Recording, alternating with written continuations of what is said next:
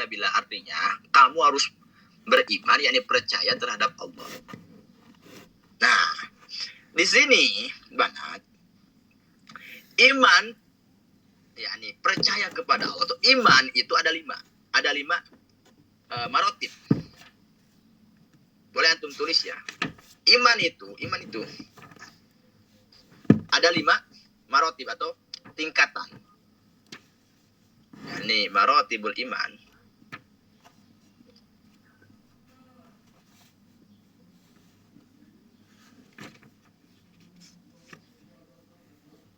Khamsah.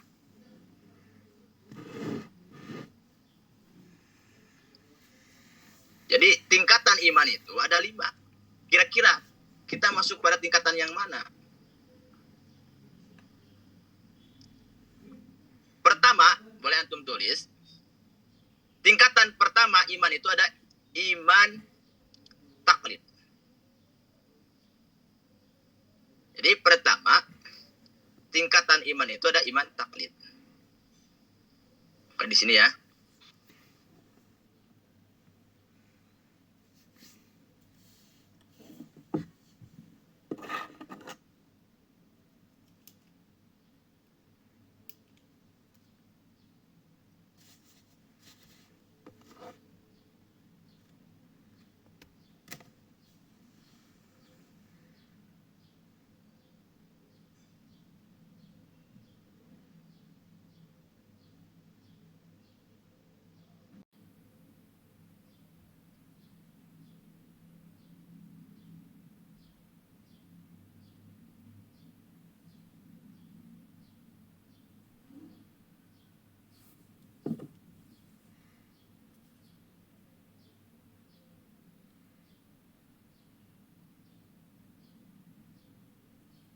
Tahu dalilnya.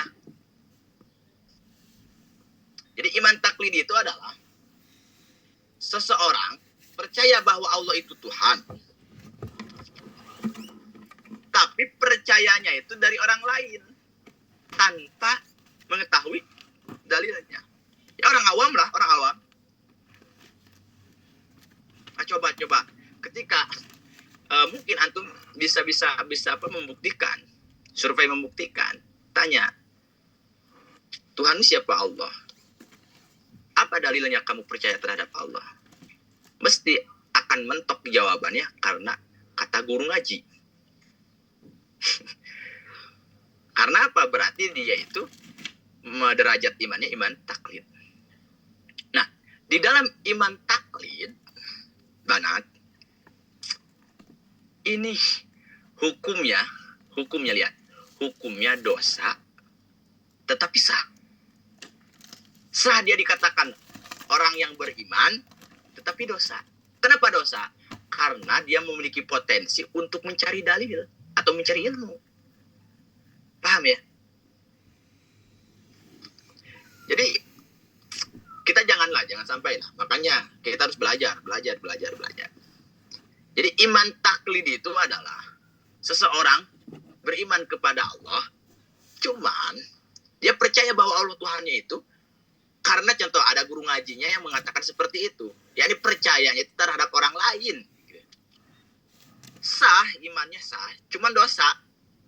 Kenapa dosa? Karena dia sebetulnya memiliki potensi untuk mencari dalil, yakni belajar ilmu. Cuman dianya malas.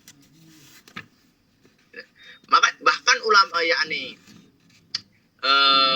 Syekh Al-Imam Sanusiyah, beliau mengatakan iman taklid itu yakni muqallid. Iman yang muqallid itu orang yang ikut-ikutan, FOMO lah bahasa ininya, FOMO. Makanya ada istilah Islam turunan. Ada istilah Islam turunan itu gak boleh sebetulnya. Artinya kalau ketika kita Islam, maka kita harus belajar tentang Islam gitu. Imam Sanusi mengatakan bahwa iman muqallid, iman yang iman yang orang-orang yang FOMO, ikut-ikutan saja tanpa tahu dalil, itu di akhiratnya tidak dianggap orang yang beriman. Tidak dianggap orang yang percaya terhadap Tuhan. Yani orang yang percaya percaya bahwa Tuhan itu Allah. Na'udzubillah tsumma na'udzubillahi min dzalik. Nah, itu runtutan pertama, imanut taklid. Jadi iman taklid itu artinya dia percaya bahwa Tuhannya Allah cuman dari orang lain tanpa mengetahui dalilnya. Sah imannya tetapi berdosa. Kenapa berdosa? Karena dia itu bitarki an-nadhar, yakni dia itu tidak mencari dalilnya padahal ada potensi untuk belajar. Yang kedua, iman itu runtutan iman itu adalah iman ilmin.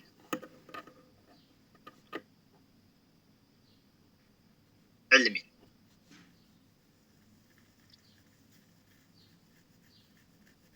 Apa itu imanu ilmin? Imanu ilmin itu adalah ma'rifatul aqaidiha, ma'rifatul aqaid bi adalati, artinya gini. Iman yang didasari dengan ilmu itu adalah dia mengetahui aqaidul iman, wujud, qidam, bako yang 20 itu. Plus dengan dalilnya. Contoh bagaimana? Contoh, dia percaya bahwa Tuhannya dia itu adalah Allah. Lihat. Kemudian ditanya oleh orang lain, apa dalilnya kau percaya bahwa Allah itu Tuhanmu? Kemudian dia berdalil bahwa di dalam sifat-sifat itu Allah itu ada hal atau ada sifat yang wajib terhadap zatnya, apa? Wujud. Apa dalilnya Allah wujud? Apa dalilnya Allah ada? Kemudian orang tersebut menjawab, karena wujudi makhlukatihi, adanya ciptaannya. Nah, berarti dia iman terhadap Allah, bahwa Allah itu ada, didasari dengan sebuah pengetahuan dan dalilnya. Dalilnya Allah ada itu karena ada penciptaannya. Seandainya Allah tidak ada, ya gak bakal ada ciptaannya. Nah, dia beriman kepada Allah itu plus berdalil, maka dinamakan itu imannya iman ilmin. Iman ilmin. Makanya ya insya Allah. Kalau kita tekun belajar, kita itu tidak mungkin masuk pada iman taklid. Insya Allah minimal kita masuk iman ilmin.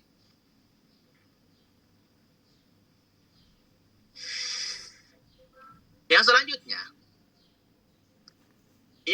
runtutan iman yang selanjutnya itu ada iman ayan.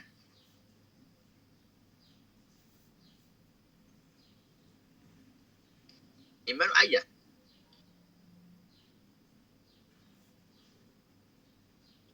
Apa itu iman ayan? Iman ayan itu adalah ma'rifatullah bimuraqabatil qalbi. Artinya gini. Dia iman kepada Allah. Dia percaya bahwa Allah itu Tuhannya, sehingga dia merasa di dalam hatinya itu, dalam gerak-geriknya itu diperhatikan oleh Allah Subhanahu wa taala. Itu iman ayat. Artinya gini. La yaqibu rabbuhu an khatirihi tarfatain. Artinya hatinya itu selalu merasa diperhatikan oleh Allah Subhanahu wa taala. Karena ini yang paling sulit. Ini sulit. Iman ayat itu dia percaya bahwa Allah itu Tuhannya, sehingga dia itu merasa gerak-gerik apapun, hal kecil ataupun hal besar, itu diperhatikan oleh Allah. Hal seperti ini itu sulit. Kita buktikan banyak orang yang berani melakukan maksiat.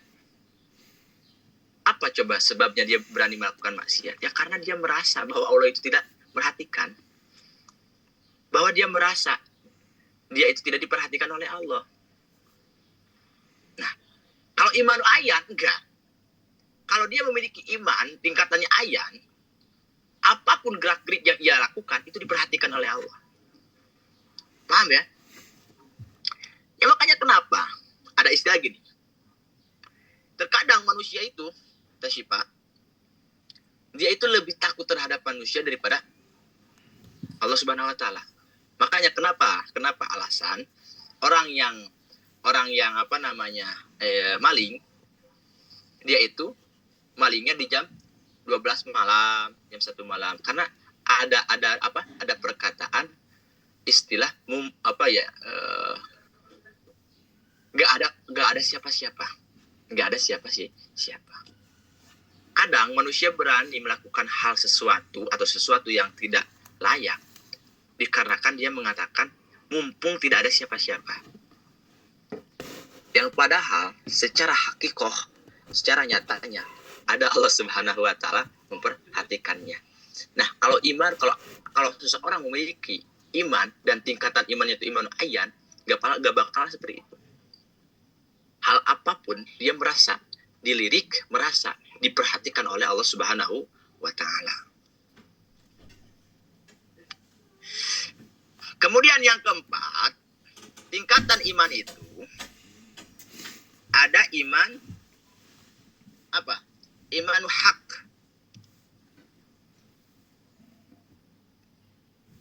Iman hak. Apa itu iman hak? Iman hak itu adalah ru'yatullah ta'ala biqalbi. Artinya bagaimana? Artinya dia itu di dalam hatinya tertanam nama Allah Subhanahu wa taala. Seakan-akan dia itu melihat Allah Subhanahu wa taala. Makanya ini tingkatan para wali. Artinya bagaimana? Artinya al-arif yara rabbahu fi kulli syai'in. Dia itu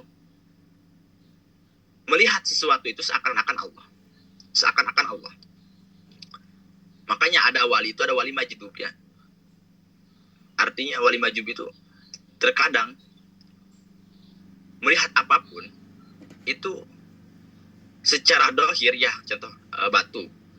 Tetapi dia itu merasa bahwa hal tersebut itu ciptaan Allah Subhanahu wa taala, sehingga di dalam hatinya itu selalu tersimpan, selalu terbenam asma Allah Subhanahu wa taala.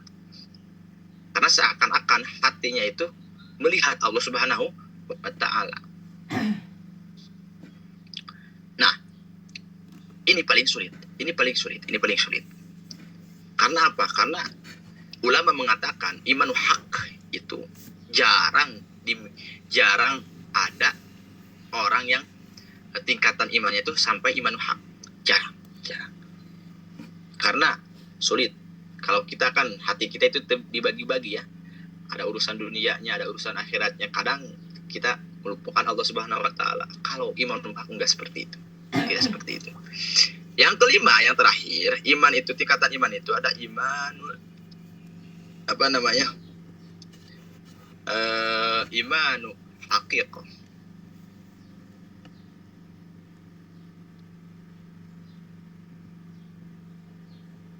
Apa itu imanu haqiqah? Imanu haqiqah itu adalah alfana'u billahi wa syukru bihubbihi. Ini para wali ini. Iman hakiko itu adalah dia binasa kepada Allah Subhanahu wa taala dan dia dimabukkan oleh cintanya kepada Allah Subhanahu wa taala. Artinya sehingga fala yashhadu illa iyahu. Sehingga dia tidak menyaksikan siapapun kecuali Allah Subhanahu wa taala. Makanya sebetulnya kan wali songo itu sebetulnya ada 10 kan. Siti Jenar kan yang terakhir. Nah, Siti Jenar sebetulnya nggak dibunuh itu secara kisahnya, sejarahnya. Cuman disembunyikan. Kenapa disembunyikan? Karena dia mengatakan ana Allah. Artinya kenapa? Sebetulnya dia secara pandangan orang awam, dia itu sesat, dia mengaku Allah. Tetapi secara ilmu, yakni pengajian, beliau itu alfanabillah, dia itu binasa dengan Allah Subhanahu wa taala, bahkan syukru bihubbihi, dimabukkan oleh cintanya kepada Allah, sehingga dia tidak melihat sesuatu apapun kecuali Allah Subhanahu wa taala. Nah, Siti Jenar itu diklaim sebagai orang sesat itu karena mengatakan anak Allah, anak Allah, anak Allah, saya Allah, saya Allah. Mungkin beliau itu makom atau derajat imannya udah iman hakikat. Karena iman hakikat itu, ya, iman hakikat itu ibarat manghori kopi bahri, ibarat orang yang tenggelam di dalam lautan. Coba orang yang tenggelam di dalam lautan, di tengah-tengah lautan, walam yarolahu sahilan, tidak akan di dalam pinggir-pinggirannya tidak akan melihat pasisir. Yang akan ia lihat adalah lautan dan dirinya. Itulah iman hakiko. Makanya kenapa kalau ada orang yang tingkatan imannya udah iman hakiko, dia pasti akan anak Allah, anak Allah. Ataupun contoh melihat hal apapun dia sangkanya Allah, Allah, karena ya wala yashhadu ilayahu. Dia tidak akan menyaksikan siapapun kecuali Allah. Lalu Ustaz, di dalam 5 tingkatan ini mana yang harus kita kita capai? Mana yang wajib? Nah, yang 5 ini menurut ulama yang wajib itu adalah yang nomor pertama dan nomor kedua, yaitu iman taklid dan iman ilmin. Kalau iman ayat hak dan hakikat itu sulit. Ulama mengatakan itu ulum robaniyah. Artinya ya khussu biha man yasau. Hanya orang-orang yang spesial lah. Kalau 3 ini, runtutan 3 ini hanya bagi orang-orang yang dispesialkan oleh Allah Subhanahu wa taala. Ya contohnya para wali. Ya kalau kita itu ya minimal imanu ilmin, jangan sampai iman taklid karena hukumnya dosa, sah tapi dosa, bingung kan, sah tapi dosa. Nah, makanya caranya dengan belajar. Oke, paham ya, itu tingkatan iman. Jadi tingkatan iman itu ada 5. Ada iman taklid, ada iman ilmin, ada iman ayan, ada iman hak, ada iman haqiqah. Oke, yang pertama rukun iman itu adalah tu'mina billah. Apa itu artinya? Artinya percaya atau beriman kepada Allah Subhanahu wa taala. Nah, apa yang dimaksud kita harus percaya terhadap Allah Subhanahu wa taala itu bagaimana? Anak kecil pun bisa menjawab. Rukun iman ada 6. Yang pertama, kita harus percaya terhadap Allah. Tetapi dia tidak bisa mendefinisikan bagaimana yang dimaksud kita harus beriman kepada Allah itu apa. Artinya gini. Yang dimaksud kita harus beriman kepada Allah Subhanahu wa taala itu adalah ang ta'kida ala tafsili anallah ta'ala mawujud qadim bakin mukhalafatul lil hawadisi ila akhirih. Artinya gini. Yang dimaksud iman kepada Allah Subhanahu wa taala itu kita harus meyakini secara tafsir, secara perinci bahwa Allah itu wujud, bahwa Allah itu qidam, baqo, mukhalafatul lil hawadisi. Makanya kalau antum pernah mondok, yakni pernah mengalami di dunia pesantren, di pesantren itu mubtadinya atau santri barunya itu diajarkan kitab Tijan. Aqaidul iman, wujud qidam baqo mukhalafatul lil hawadisi qiyamuhu bi nafsihi wahdanat. Nah, yang dimaksud iman kepada Allah itu ya harus meyakini semua sifat Allah yang 20 itu ada di dalam zatnya Allah. Itu yang dimaksud iman kepada Allah. Itu. Kemudian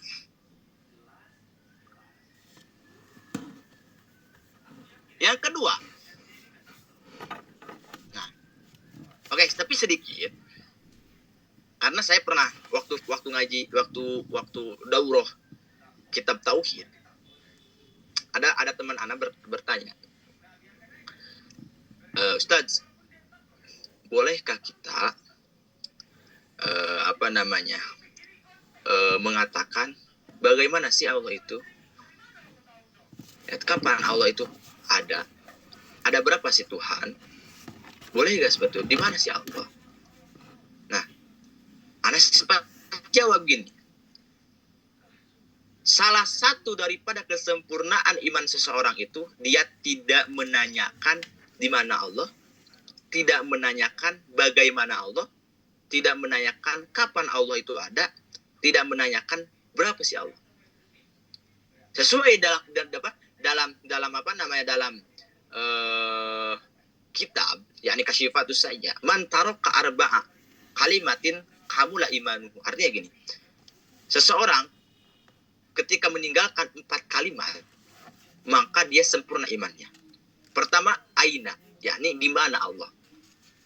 Yang kedua, kaifa, bagaimana Allah. Yang ketiga, mata, kapan Allah ada. Yang keempat, kam, ada berapa Allah. Ketika seseorang tidak menanyakan 4 kalimat tersebut, dia imannya sempurna. Karena sejatinya orang yang percaya itu akan diam, tidak banyak bertanya. Orang yang percaya seperti itu. Beda halnya kalau orang yang percaya tapi setengah contoh, hampir aku ada istilah atau penahan percayaannya itu tidak totalitas, tidak banyak bertanya. Makanya ulama mengatakan, ketika antum mengatakan di mana sih Allah, berarti antum itu seakan-akan ragu, sehingga iman antum tidak sempurna. Gitu. Oke, itu yang pertama. Jadi yang pertama, rukun iman itu adalah percaya terhadap Allah Subhanahu wa taala. Yang ketiga, rukun iman itu wa malaikati, percaya terhadap malaikat-malaikat Allah. Nah, bagaimana dan apa sih yang dimaksud kita harus percaya terhadap malaikat Allah? Artinya kita harus percaya terhadap terhadap malaikatnya Allah itu adalah ang takida annahum ajsamun, yakni nuraniyatun latifatun. Kita itu harus meyakini, harus punya keyakinan di dalam hati bahwa para malaikat itu merupakan sebuah jasad yang diciptakan dari cahaya yang lembut. Jadi malaikat itu, Pak, jasad, ya layaknya jasad seperti kita. Cuman cara penciptaannya itu dari cahaya yang lembut. Dan malaikat itu laisu dzukuron wala inasan. Malaikat itu tidak tersifati atau tidak memiliki gender, baik laki-laki ataupun perempuan. Itu yang harus antum, yang dimaksud harus percaya terhadap rukun iman yang kedua, yaitu percaya terhadap malaikat Allah itu seperti itu. Harus meyakini bahwa malaikat itu ajsam, yakni jisim yang tercipta dari cahaya yang lembut, dan malaikat itu tidak tersifati atau tidak memiliki gender laki ataupun perempuan. Dan harus yakinilah aba lahum wala umma lahum, bahwa malaikat itu tidak memiliki ibu dan tidak memiliki ayah. Itu. Sehingga ketika ada orang mengakui dirinya itu malaikat tetapi dilahirkan, artinya memiliki ayah dan ibu, ya antum akan mendustakan orang tersebut.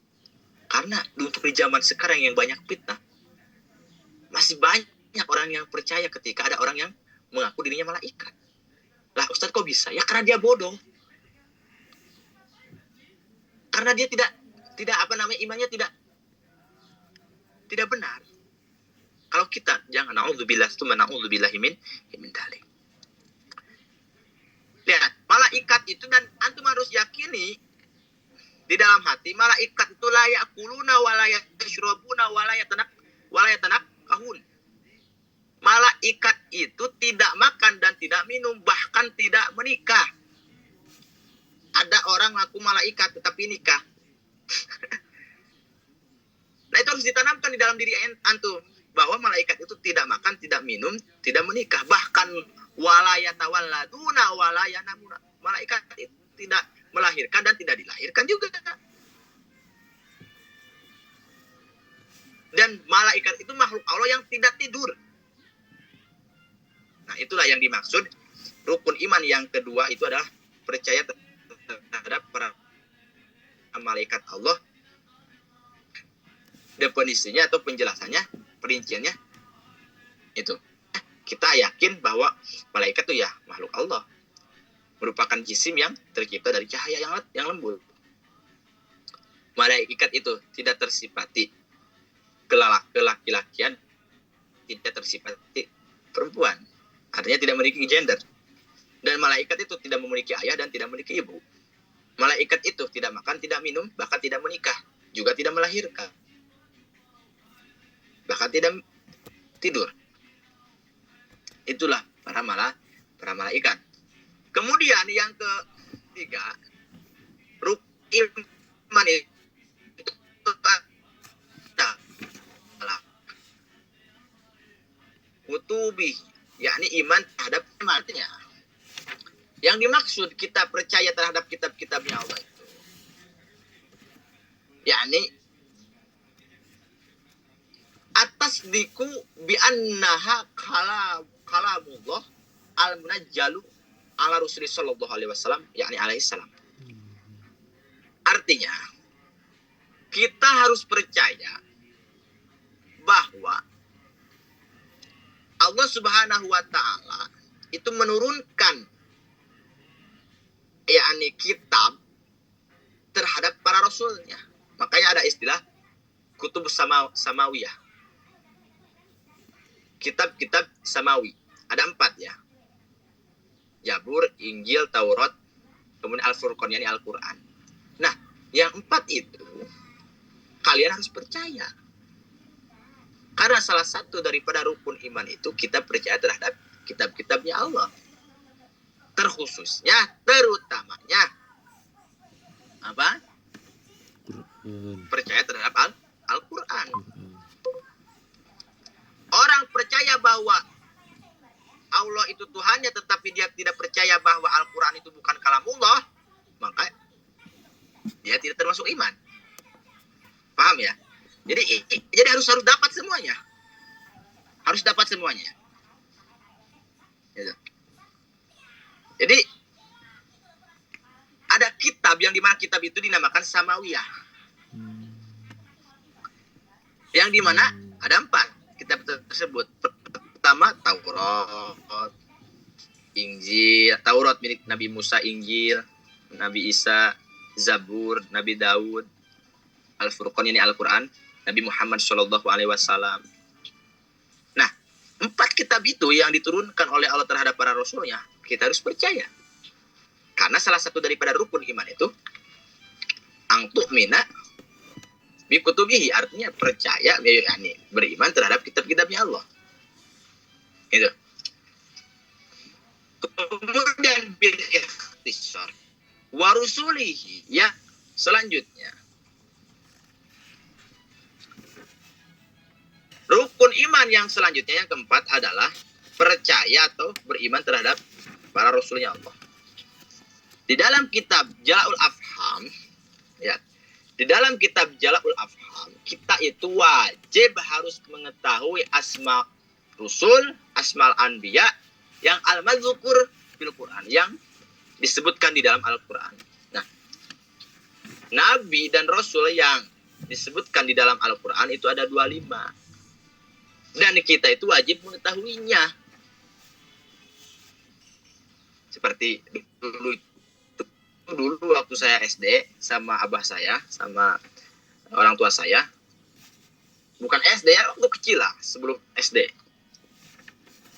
Yang awal, yakni yang pertama kali diajarkan oleh abah anak, yakni bapak anak, itu adalah wujud kidambako dulu, sifat Allah yang 20, mustahilnya yang 20. Kemudian asmaul rusul. Makanya sampai sekarang saya hafal. Adam, Idris, Nuh, Hud, Soleh, Ibrahim, Lut, Ismail, Ishak, Ya'qub, Yusuf, Ayub, Harun, Musa, Ilyas. Nah, itu menjadikan sebuah pelajaran juga terhadap kita untuk membimbing anak kita suatu saat nanti. Kita sebagai ayahnya, kita sebagai ibunya wajib mengetahui asmaul rasul, dan ketika punya anak kita pun wajib. Karena apa? Karena itu merupakan aqaidul iman. Karena salah satu daripada rukun iman itu adalah percaya terhadap rasul. Bagaimana mungkin anak itu akan timbul rasa cinta, akan timbul rasa iman percaya terhadap rasul, sedangkan dia tidak kenal. Paham ya? Sedangkan tidak ada istilah kenal kalau tidak tahu. Tidak ada istilah cinta kalau tidak tahu. Adanya cinta dan adanya kenal. Kenal itu ya karena adanya pengetahuan. Oleh karena itu kita wajib mengetahuinya. Itu. Jelas ya? Itulah yang dimaksud, atau salah satu dari rukun iman yang keempat itu adalah percaya atau beriman terhadap rasul-rasulnya Allah. Kemudian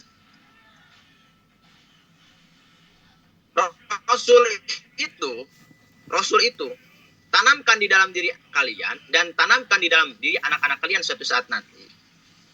Rasul itu afdhalu ibadillah. Rasul itu makhluk Allah, atau hamba Allah yang paling utama.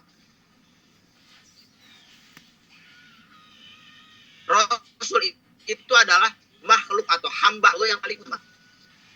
Berdasarkan apa? Al-Quran. Wa kullan fadolna ala alamin. Ini ayat menunjukkan bahwa Rasul itu derajatnya lebih tinggi daripada hamba-hamba Allah yang lainnya. Gitu. Nah, dan kita pun harus meyakini bahwa anallaha ta'ala arsala lil khalqi rusulan rijal.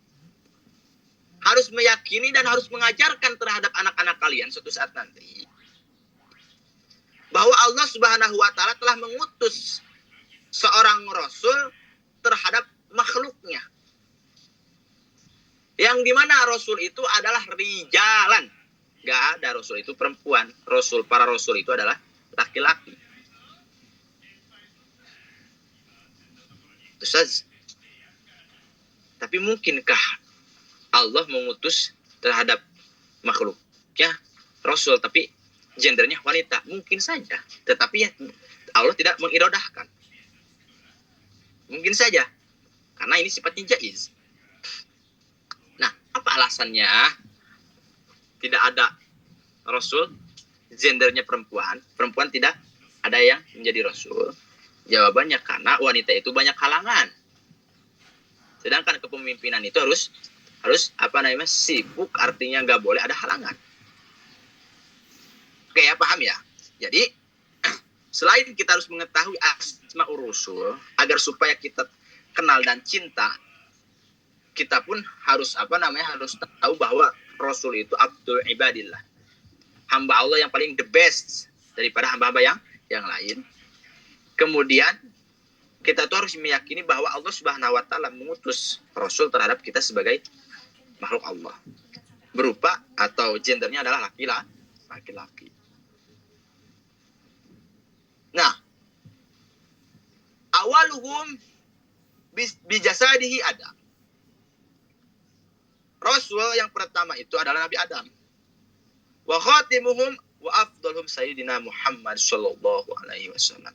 Dan yang paling utama dan yang paling akhir daripada para rasul dan para nabi itu adalah nabi kita, Nabi Muhammad sallallahu alaihi wasallam. Nah, itulah penjelasan sedikit tentang rasul. Jadi yang keempat, rukun iman itu adalah percaya terhadap rasul-rasulnya Allah.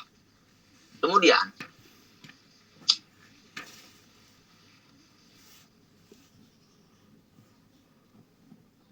wabil yaumil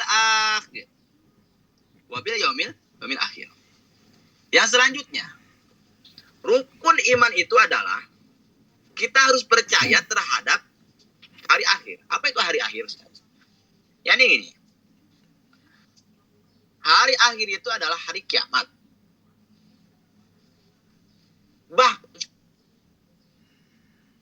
Ulama mengatakan bukan hanya sebatas harus percaya terhadap hari kiamat, Pak, tetapi kita pun harus percaya terhadap adanya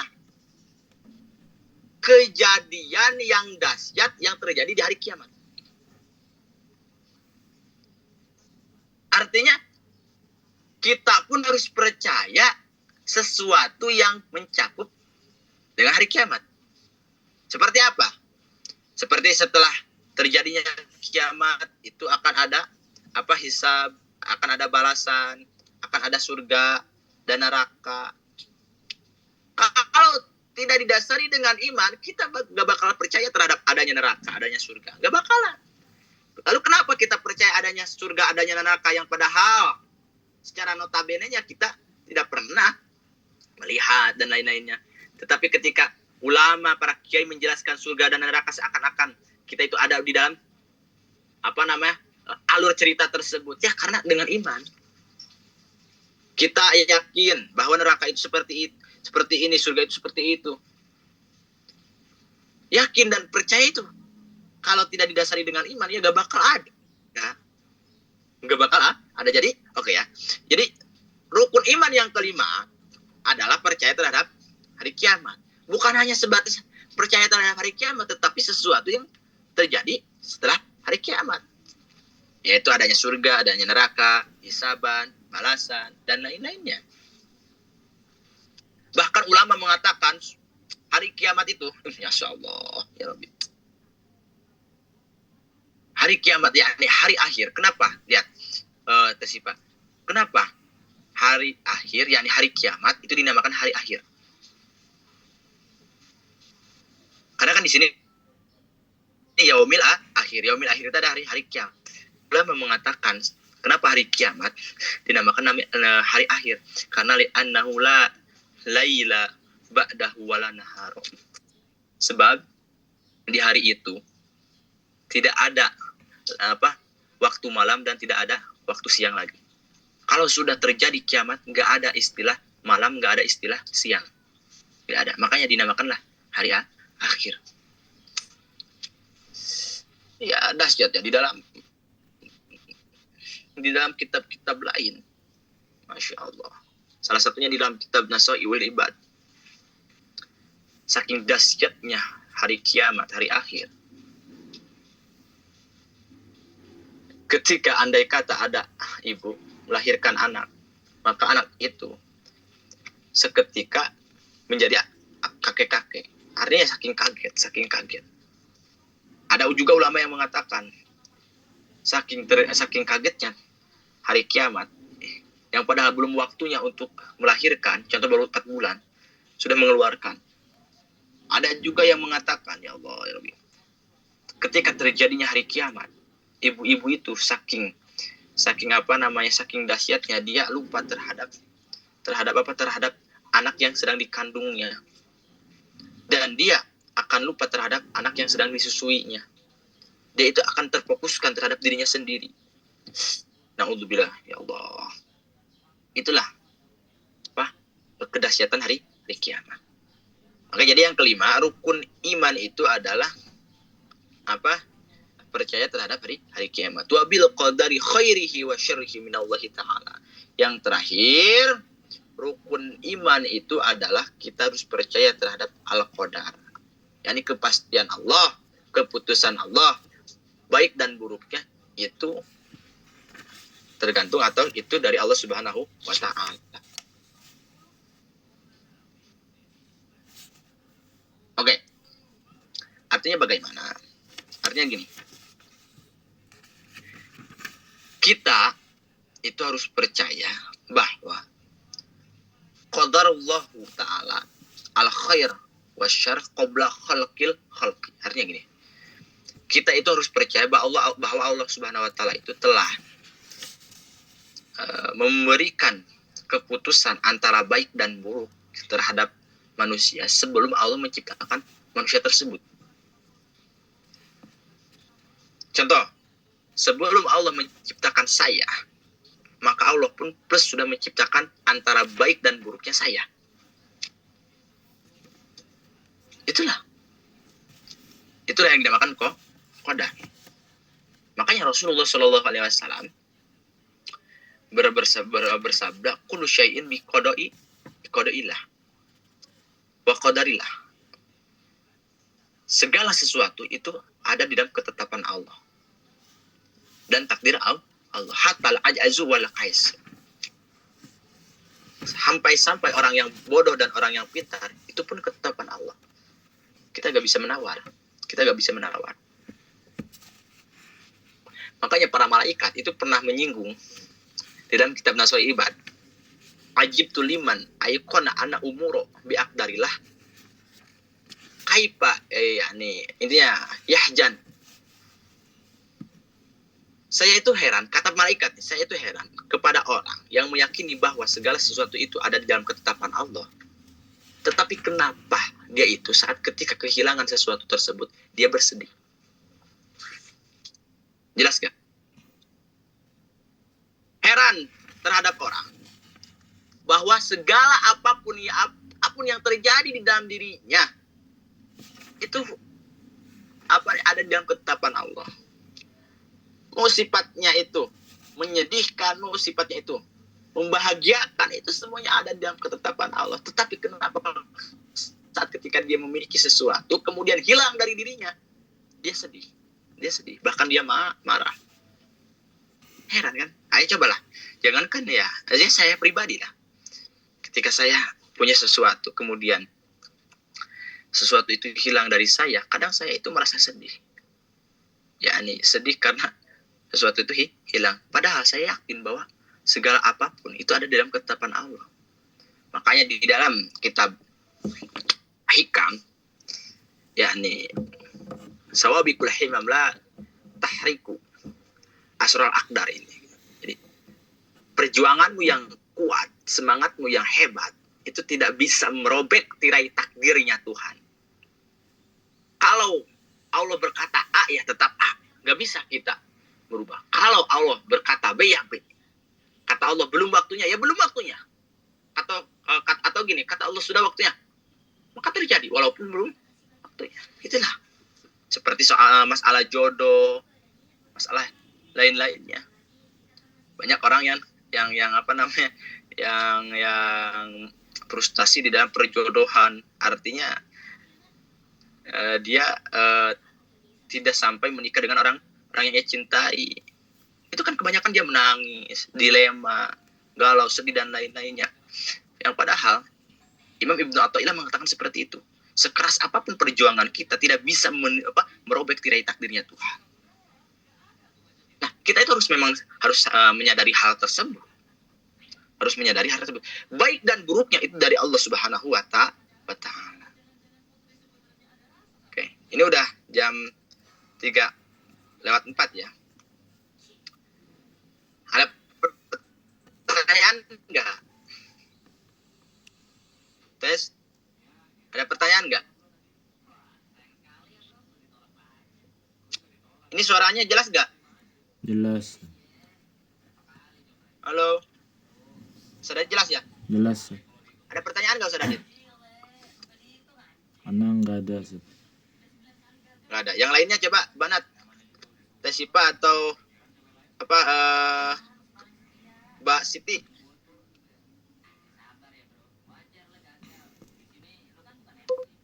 Alan, 5 menit ada waktu. Ada gak? Mapis UAA. Fish. Oke, kalau gak ada, saya akan tutup dulu ya. Terima kasih semuanya. Karena udah 1 jam, Ustaz Adit. Tadinya mau 2 pasal. Cuman ini saya tadi kan membahas dulu iman. Dan alhamdulillah ya, intinya ketika kita percaya bahwa Allah itu Tuhan kita, apapun yang terjadi terhadap diri kita, maka kita nikmati, jalani dan syukuri aja.